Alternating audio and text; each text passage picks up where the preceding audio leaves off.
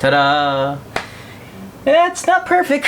There's still some wiring organizing that needs to be done, but for now I guess it's okay. I mean, it's better than the first computer table that I had, which I've been using for almost about 8 years, I guess.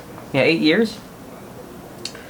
But yeah, this one is much sleeker and cleaner and well organized, and it has so much space, unlike the old one where I'm contrived just to do things in certain areas, like here and here.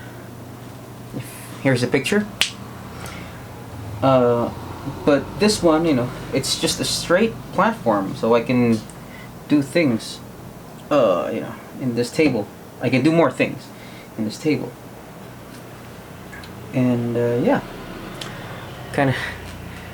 Yeah. Maybe I'll maybe if I have some extra cash, I'll add some LED lights in the back, so have this illuminating effect. And excited about that one.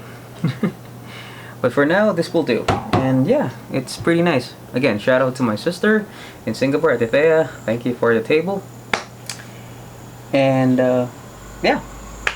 So if you like this video, leave a like, leave a comment if you want to say something, and subscribe if you haven't yet. So again, this is Iki2288. See you in the next video.